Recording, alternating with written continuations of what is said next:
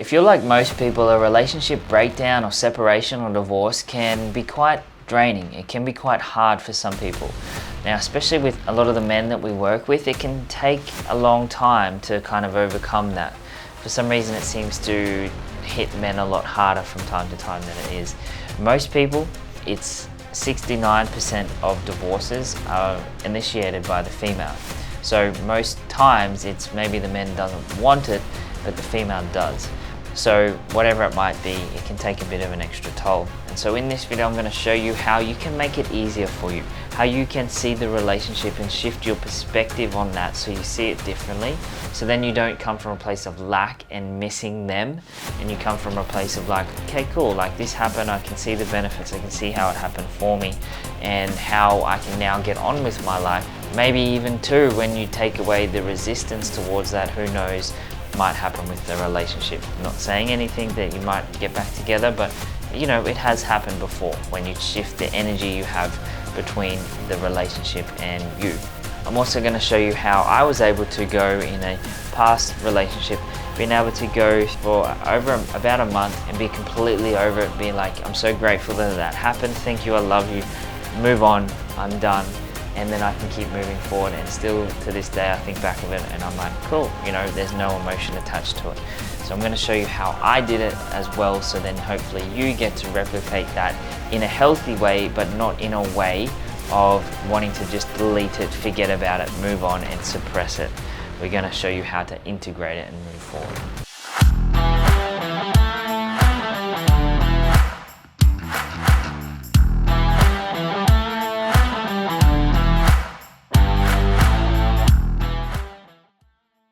So what is actually going on when someone is going through a breakup or divorce and they're missing someone?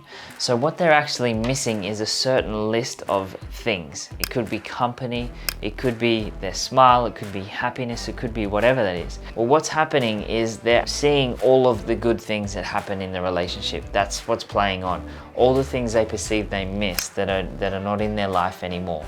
But we are unconscious to the things that we dislike about the relationship. Sometimes we are unconscious to the times that we asked them to clean up, or the times that there was marks everywhere, or you know, whatever there might be, those little things that annoyed us, we just kind of overlook them and are unconscious to them and focus on the things that we miss. And then that creates that, I don't have this anymore, I don't feel good enough, I am sad, I'm down because I don't have these things. But here's the thing. Nothing is ever lost, it just changes form. It's universal law. So when we lose something, it has to change. And you can't lose without gain. Just like you can't have up without down, you can't have yin without yang. There has to be that. So every time we perceive we lose something, we gain something else.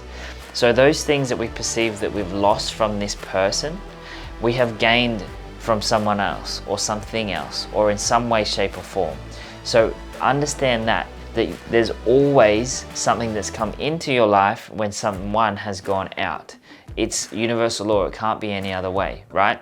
So that's the first thing. I'm layering this in for you to start to break this a little bit, and then I'm going to show you some ways of actually going through this to be able to start, you know, relieving these emotions and these attachments that you have to these certain people.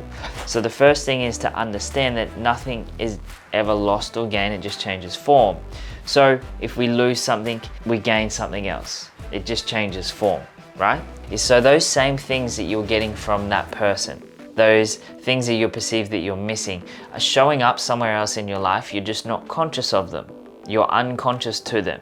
And so they're here and you're focusing on them, putting them above you on this imaginary pedestal, putting yourself down here, comparing yourself.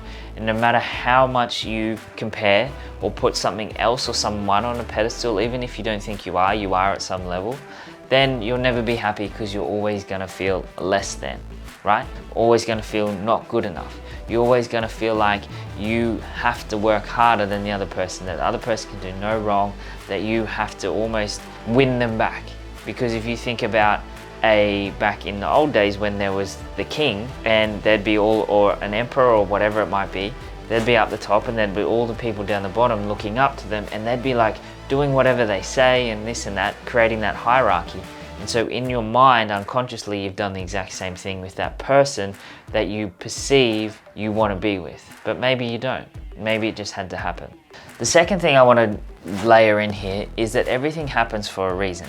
We only hold negative emotions to things we don't see the divine order in. So all of these things that have happened, that have got you to where you are now, it's had to happen exactly the way it needed to. So why would this be any different? It's really important to understand that once we get some lessons in life, sometimes the person or the thing that helped us get those lessons doesn't need to be in our life anymore. From my personal experience and the relationship that I was talking about, which I'll tell you about shortly, is once you work through these things and you get the lessons and the learnings and things that you need to, sometimes that person can leave or you can go separate ways.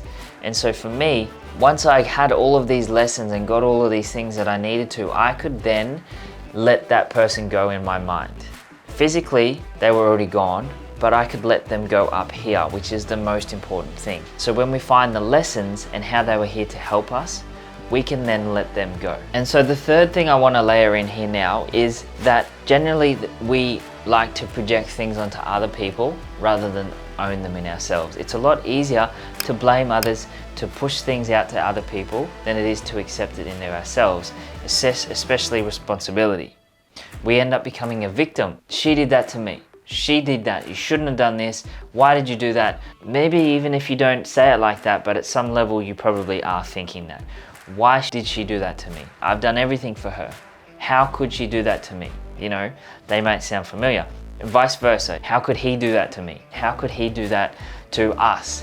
You know, all those things that we start saying, that puts us in a place of being a victim, and that's happening to you, and you'll never be able to work through that. You'll stay at a victim, and that's super disempowering, right? And so we want to empower you to take your power back and to be able to work through these and understand that everything happened exactly the way it needed to for you.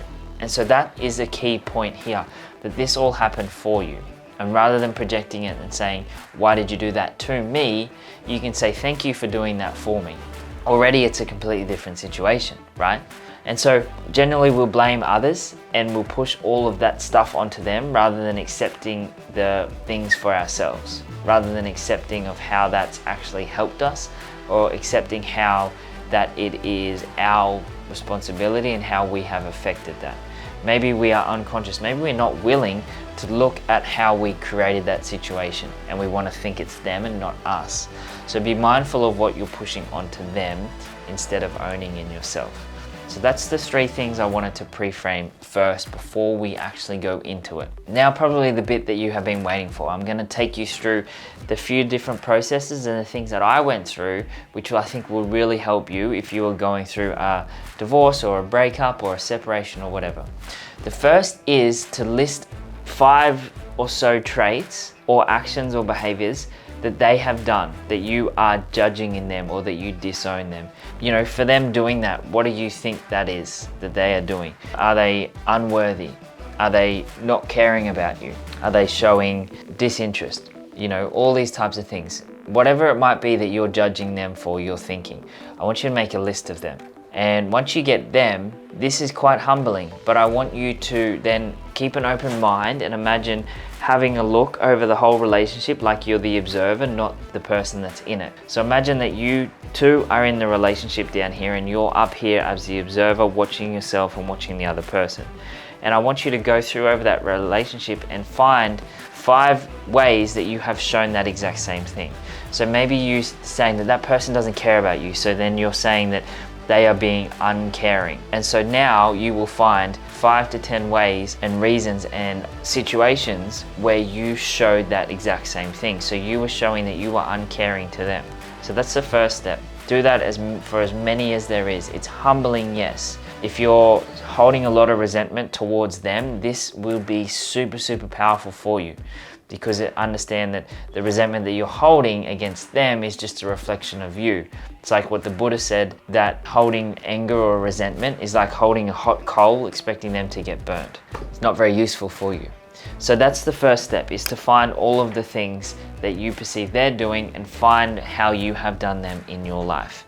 Now, the second step is I want you to go through and find about all of the things that you perceive that you're missing from them. So make a list of all the things that you perceive you're missing. Are you missing company? Are you missing the way that they talk to you? Are you missing people to do things with? Whatever it might be for you. Make a list of all those things. And now I want you to then find how they are in your life. Remember how I said everything changes form? So when we lose something, we gain something else. It doesn't go anywhere, it just changes form. So these things that we were getting from this one particular person may be spread out through different people. But go through and list of all the reasons. Now, obviously this is going to take some time. You're not going to be able to do it like this. And I don't want you to get to the end of this and go, oh, it's not worth it, or that seems like too much work. What seems like work is suffering for the next 5 months, 6 months, 12 months, who knows how long it will be, because you're not willing to do this little bit of work. So dive into it. It may take a little bit of time, but it will be so powerful, so worth it. And keep going. Keep listing things, because you'll work through the big ones and there'll be some little ones. You'll keep working through them. As I said, I was able to work through a relationship breakup in 1 month from just doing this, right? So we take the things that we perceive we're missing and we're finding where they are now in our life, just in a different form. They're still there. Have you started hanging out with friends more? Have you started hanging out with yourself more? Have you started looking after yourself better? Have you started maybe reconnecting with old friends? Have you started maybe spending more time with your children? Whatever it might be for you. Find those exact same things that you were getting from that person and where they are in your life now. So that's the second step to that. The third step to this is to find out all of the negatives or downsides to you still being with that person. Now, stay with me here for a second. Everything is perfectly balanced. There's just as much good as there is bad, yin yang. So there's just as much good to being with that person as there is bad. We are just unconscious to the bad, and that's why it becomes a problem when we hold emotions to it, because when we're neutral, we can see just as much bad as good. We don't hold too many emotions there because we're at a place of neutrality. So it's really important to go, if I was still with this person, what would be quote unquote bad? What would be negative? What would be the downsides or the drawbacks to being with this person still? And maybe you have to listen to their stuff. Maybe you have to, go with their friends all the time. Whatever it might be, all we're doing is making an argument. List as many as you can. It's not about making that one thing that makes a big difference. In this age, a lot of people want to do that one thing that's going to change everything for them, but it's not. If you list 20, 30, 40, 50, 100 different reasons, you're neural linking in your mind, you're changing the pathways, you're remyelinating those neural networks, which then is creating a new belief and a new thought and a new pattern about this old person, this old relationship. So it's super important to do the work. It may be hard, yes, and if you got through 100 easily, then there'd be something else wrong. So it's designed to be hard-ish, right? So go through and list that. So that's the 3 steps. Now, the last step is I want you to find how this person has helped you. What are the lessons in this? What can you learn from this person? How can you be grateful for them? What are the lessons that you will now not take with you in the future? And so when you find these lessons, you don't need to repeat them. Sometimes people come into our life, we get the learnings and we get the lessons, and then they disappear. But we get so attached to them, thinking that we need that person in our life because we'll never have someone else. But at the end of the day, you will. You just need to step back and stop trying to force things to happen and try and resist them person leaving, because the resistance and the force, those things are the things that's stopping us from actually getting what we want. So just to recap those 4 things. The first one is to find all of the things that you dislike about that person, the traits, the actions, the behaviors, and find 5 to 10 reasons or ways or situations that you have done the exact same thing in that relationship. Remember, zoom out, take a look at your relationship from here, not in it, but you're just observing it. Step number 2 is to find all of the things you perceive that you're missing from that relationship and where they are now showing up in your life in some way, shape or form with multiple people. Potentially, it might not just be one person like it was here. It can be multiple people, multiple things. Could even be, like dogs. It could be pets. It could be toys. It could be whatever it might be, Could be yourself. So then find those. Do this work. It sounds like a lot, but it's super important. Come back and rewatch each little step if you need to clarify it. The third step is to find all of the downsides, the negatives, or the drawbacks if you were still in that relationship. Keep an open mind. List as many as you can. Keep going. What would be bad, negative, a drawback, a downside if you were still with that person right now? This is where we can start to expose those things that maybe we didn't like about the person that potentially were there somewhere. So the fourth step then onto this is, what are the lessons that we can learn? How can I be responsible? What did I do that helped create this situation? Because you are partly responsible, right? Because it wouldn't have happened if you weren't there. So you have to be responsible for it. So what are the lessons that you can learn? What are the lessons you can take from that relationship, from that person? How has that helped you? That person's come into your life. What have you learned about yourself? What have you learned about others? What have you learned about the world? What are the lessons? What are the learnings? And how can you be grateful for that person? How can you be grateful that you met that person?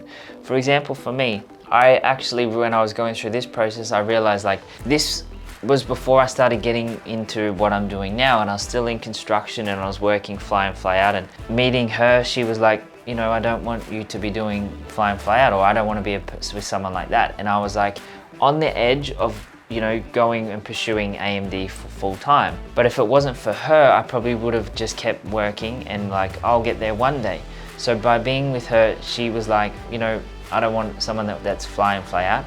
And so for me, I stopped that. And then I started working in my coaching business full time. And so that was a major thing for me, that if I wasn't with her, that probably wouldn't have happened. Who knows where I'd be, right? So that was just one little lesson, that it wasn't until afterwards that I reflected, I was like, oh wow, I can see that, right? So that's just one example. There's so many different things, but when you actually take a dissociated view of it, have your relationship down there like you're looking at it like an observer. You're not in it, you're looking at it, and you're looking at it from a third person almost. Then you can find the lessons, then you can find how it's helped you, and then you'll actually start to feel different. You'll go, you know what? I'm grateful that we broke up. I'm grateful that I've got all the lessons and the learnings and everything happened exactly the way it needed to. And as soon as you get that point, you'll be like, thank you, I love you. I'm gonna leave that there. I'm gonna head forward. I'm gonna keep going with my life and get better and better and better.